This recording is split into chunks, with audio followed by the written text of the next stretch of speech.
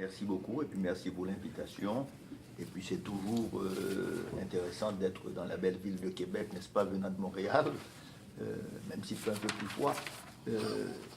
Alors la question qui a été posée, c'est qu'au sujet des politiques de reconnaissance de l'État québécois à l'égard des communautés noires, part de la loi sur la reconnaissance sur le mois d'histoire des Noirs. Bon, au-delà de ce qui était prévu dans cette loi, pour comprendre le contexte, il faut, à mon avis, situer la présence de ce que j'appelle, qu'on a défini comme les communautés ou afro-canadiennes ou afro-québécoises ou noires, parce que là on peut encore débattre des termes utilisés dans l'histoire. C'est-à-dire, il y a un double regard. Il y a celles qui voient dans ces communautés noires, je dirais, et qui la confondent avec les communautés dites immigrantes. Bon. Et il y a ceux aussi qui disent attention, c'est-à-dire il y a une présence, et donc comment l'imaginaire du Québec ou du Canada s'est façonné à travers une présence qui est multiséculaire de la présence de communautés qui ont été racialisées, qui sont, et comment s'est forgé le regard sur ces communautés.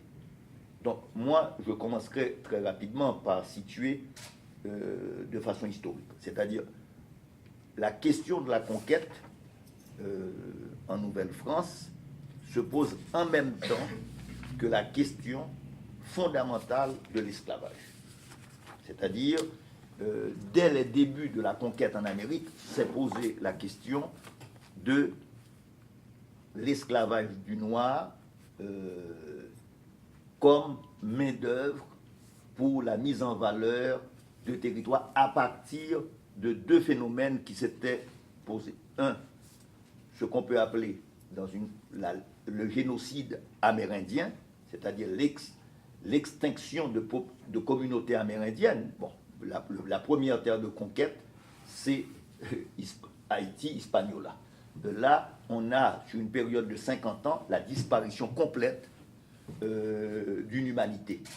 Humanité qui avait, aujourd'hui, on sait qu'avec les travaux des archéologues, que la présence des autochtones remonte à plus de 20 000 ans. Et or, cette communauté s'effondre en moins de 50 ans. Il faut comprendre aussi dans l'imaginaire ce que cela veut dire.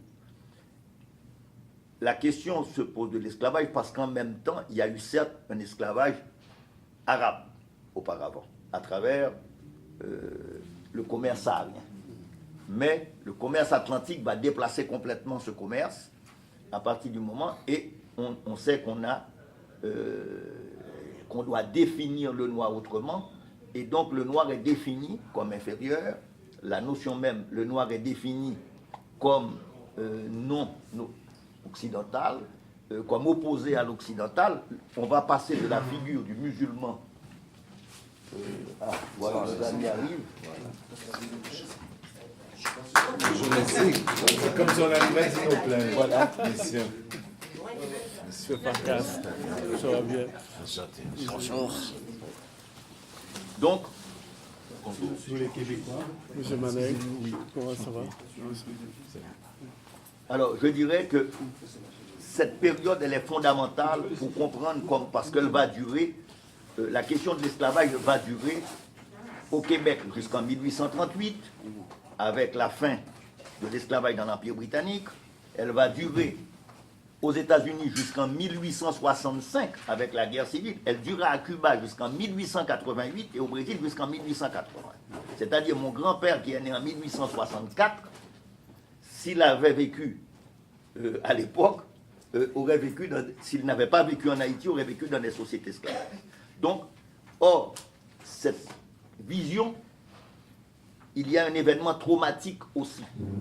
C'est la révolution haïtienne. Parmi les révolutions atlantiques, la révolution haïtienne va mettre fin, comme la révolution française, parmi ces trois grandes révolutions du monde atlantique, la révolution française, la révolution américaine, elle questionne un mode d'exploitation, l'esclavage, qui avait perduré pendant très longtemps. Donc, il faut comprendre aussi, quelqu'un peut dire quel est le rapport de la révolution haïtienne avec le Québec.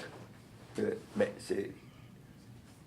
il y a une évidence, c'est-à-dire sans la vision de Napoléon de reconstituer un empire français va échouer parce qu'il a tenté de reconquérir Haïti et donc ça va conduire aussi à une destruction massive en Haïti, mais aussi à la perte de l'Amérique française. En 1803, la France doit céder les territoires de la Louisiane et renonce à toute tentative de reconstituer un empire français en Amérique. Donc, il y a des liens très étroits dans comment se construit l'imaginaire, comment on quelle est la perception qu'on a sur les... Deuxième élément, c'est quel est le rôle de l'esclavage ici et en Nouvelle-France et en Amérique. Certainement, l'esclavage a joué un rôle très différent au Québec, donc en Nouvelle-France, qu'elle l'a joué dans le sud des États-Unis ou dans les sociétés antillaises. Là où l'esclave est essentiellement un esclave de plantation, c'est une main-d'œuvre liée à la production de biens pour un marché externe. Et il est défini dans les codes noirs comme un bien meuble. Donc l'esclave est dénué d'humanité. Or, en Amérique, en Nouvelle-France, là où le mode d'exploitation est différent, l'esclave joue aussi un autre rôle.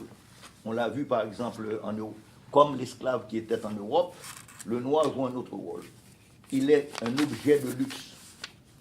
Il est un esclave de luxe, comme à l'époque, par exemple, si vous regardez les images des tableaux européens du XVIIe et XVIIIe siècle, c'est-à-dire il y a eu la mode de ce qu'on a appelé la mode des négrillons, c'est-à-dire les grandes familles de la noblesse prenaient des petits enfants noirs qu'ils mettaient avec des diamants, qu'on mettait là comme des chiots ou comme des petits singes, qu'on mettait là, et qui, effectivement, quand les enfants grandissaient, ils étaient vendus. Et on en achetait d'autres. Donc il y a eu, l'esclave était un symbole, était devenu un symbole de richesse, et donc le maître exposait quand je pouvais disposer d'un esclave. Évidemment, les esclaves aussi, il y a tout un problème. Donc ça va forger notre regard sur le noir.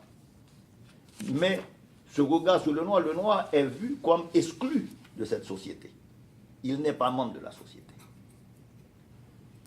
Autre élément, 1776, c'est la Révolution américaine. La Révolution américaine, les Britanniques ne disposant pas de cette force, vont devoir s'appuyer, offrent la liberté à ceux qui deviennent membres de l'armée britannique. La défaite britannique va conduire une partie des Noirs qui étaient dans l'armée britannique. On a ce qu'on appelle, nous avons même des informations très précises sur le nombre de ceux qui arriveront cette fois-ci en Nouvelle-Écosse. C'est avec ce qu'on appelle le Ledger Book. Le Ledger Book qui devait enregistrer tous les noms. D'ailleurs, il y a un roman de Lawrence Hill, The Book of Negroes, sur cette question. Donc, il y a, quand ces Noirs arrivent en Nouvelle-Écosse, surtout, le regard qu'on porte, c'est-à-dire, il y a l'élite de ce groupe ira en Afrique en refusant le statut, parce qu'en fait, on veut les transformer, et ils se sont transformés en sharecroppers, c'est-à-dire pour travailler pour les fermiers blancs. Et donc, quelque part, cette image que le noir ne fait pas partie au Canada de la société globale. Il ne fait pas partie de la société canadienne. Il est donc mis en marge. Et c'est comme cela que se construit cette idée que le noir, il est en dehors. Il est en dehors de la société. On ne le voit pas. Il arrive qu'aux États-Unis, avec les changements des lois raciaux, au XIXe siècle, on a cette fois-ci une arrivée de Noirs américains, et avec la colonisation de l'Ontario, et à Montréal, on aura une population d'origine noire américaine, certains fuyant l'esclavage, d'autres ce sont des Noirs libres, qui quittent, parce que les lois, en 1840, ce qu'on appelle le fugitive slaves, il y a un film qui s'appelle 12 Years a Slave, eh bien, à partir de ce moment, ces groupes trouvent refuge au Canada, et on voit les échanges qui se qui se font parce que le Canada est vu comme une terre de refuge. Il faut construire aussi dans cette image pour l'autorité britannique, c'est-à-dire qui va jusqu'à la guerre civile américaine, il y a une nécessité à la fois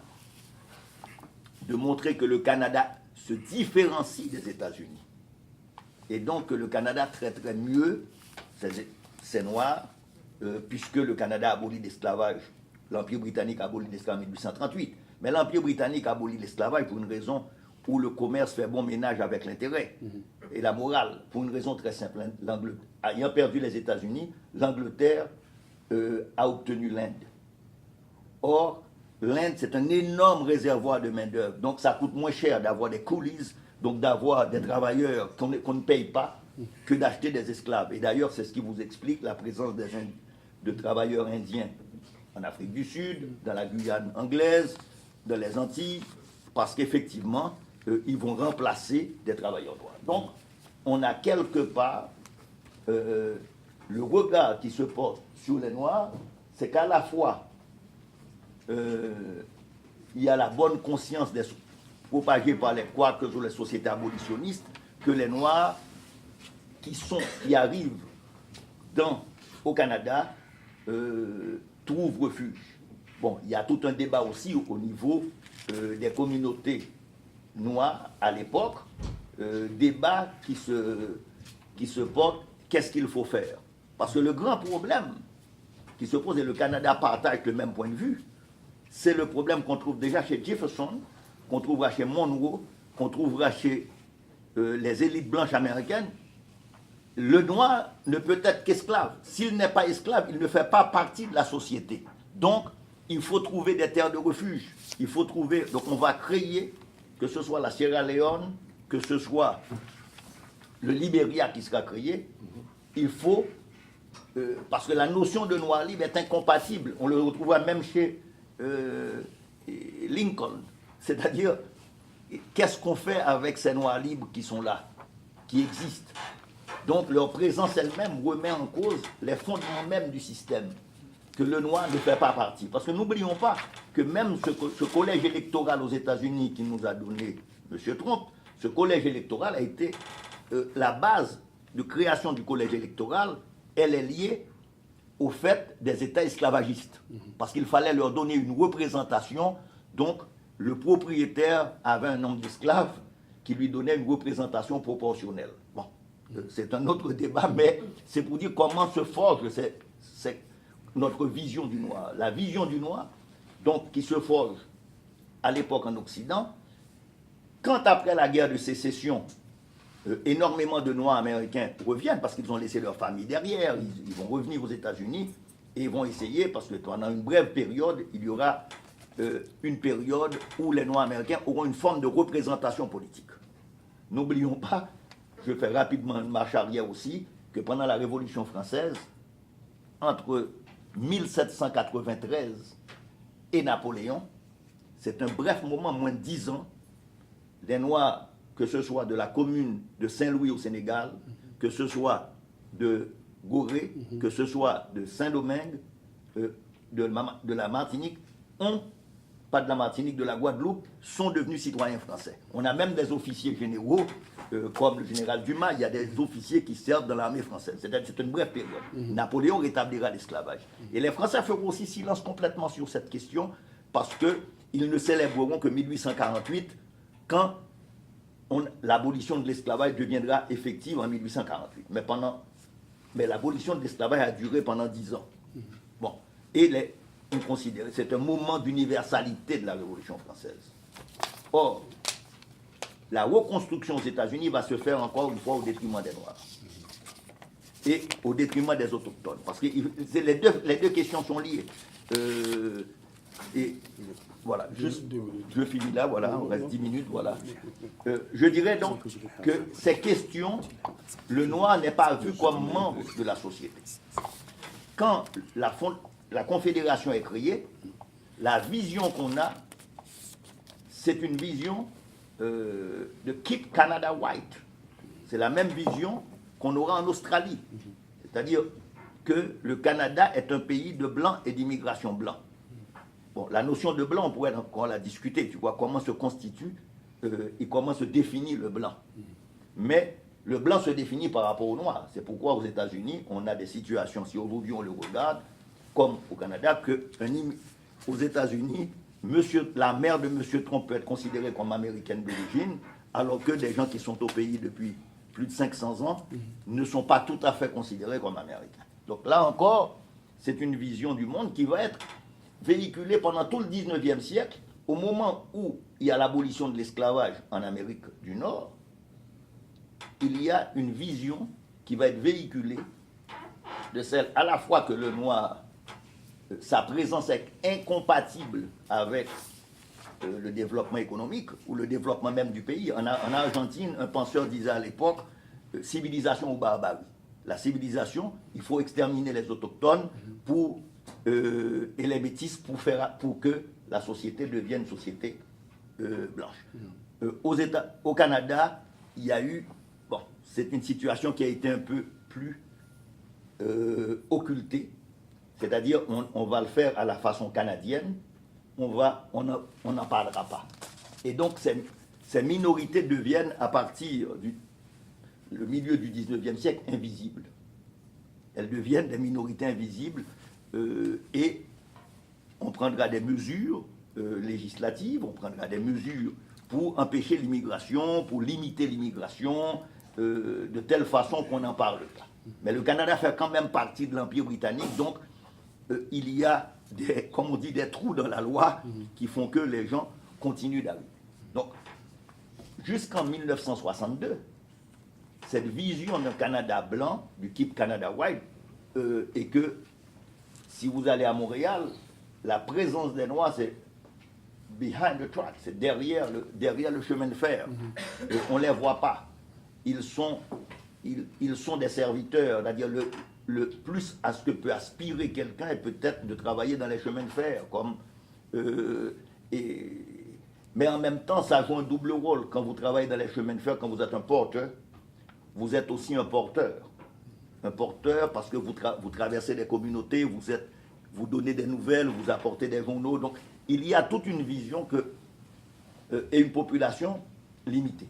C'est-à-dire les Noirs, ça a été une population très limitée, d'origine essentiellement pré-conquête et d'origine américaine. La crise de l'immigration européenne, à partir des années 62, va obliger à redéfinir les politiques d'immigration.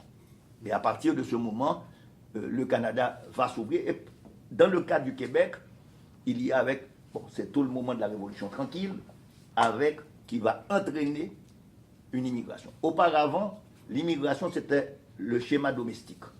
C'est-à-dire les familles britanniques faisaient rentrer des employés domestiques.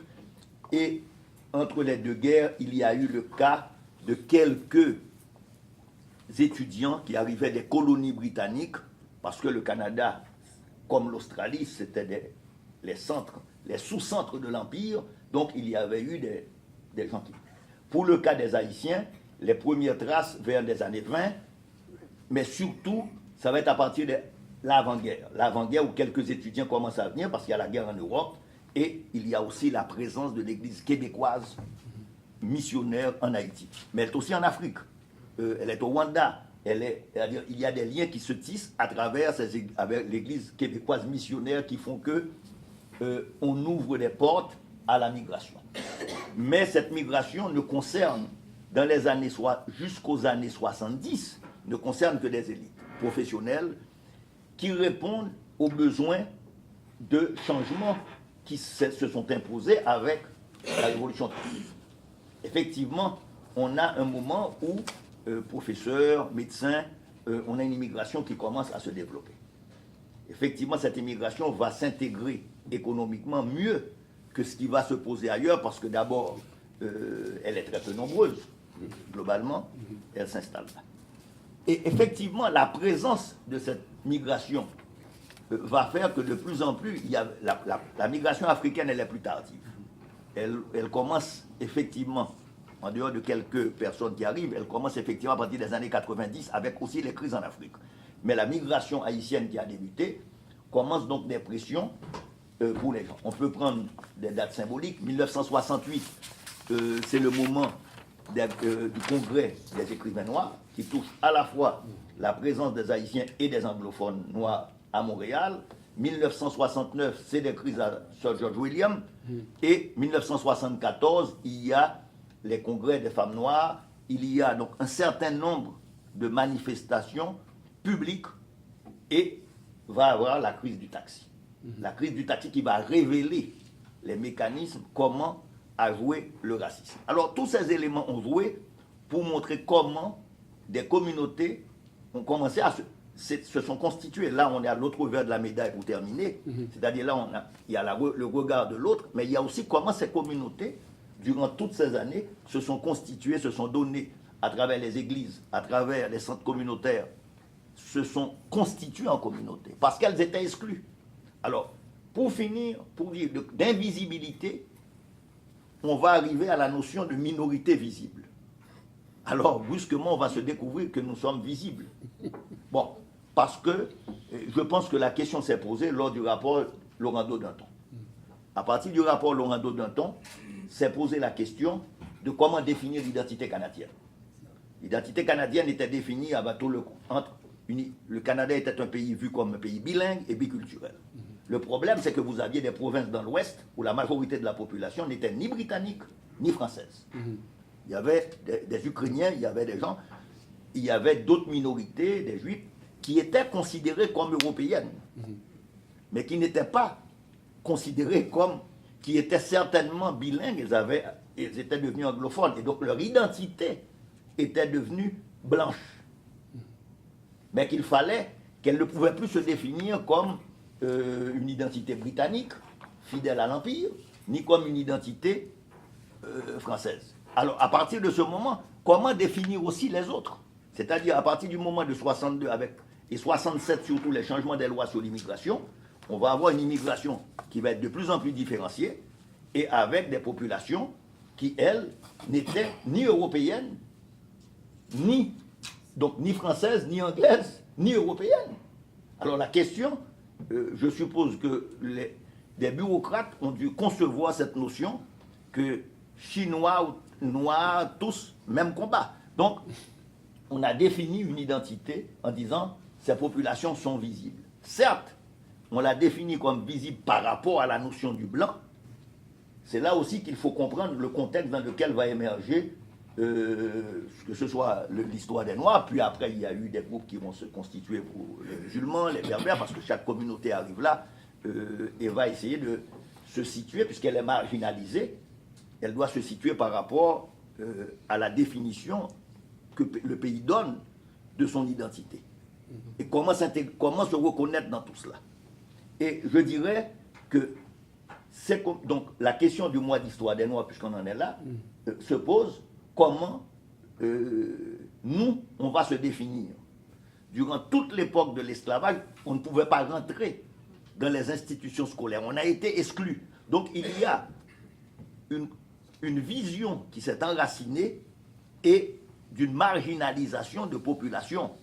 C'est-à-dire que quand il a fallu recoloniser l'Afrique à la fin du 19e siècle, les gens oublient que ça s'est vu au Québec aussi, que ce soit les minstrels, que ce soit les jardins, ce qu'on appelait les jardins, le zoo humain, c'est-à-dire on a construit une image dans laquelle on nous a défini, on a défini l'autre comme des sauvages opposés aux civilisés. Et donc cette image, elle est encore présente là, et c'est pourquoi la loi, elle est venue, je dirais, nous donner une possibilité de reconnaissance.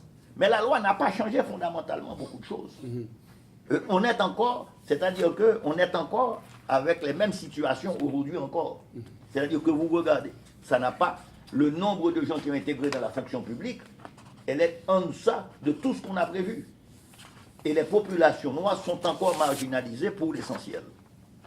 Et là, même si on reconnaît qu'on devrait être intégré, mais là encore, je dirais qu'on est en dehors de tout, et c'est les populations avec les Maghrébins qui subissent le plus de discrimination. Merci, M. Voltaire. Merci.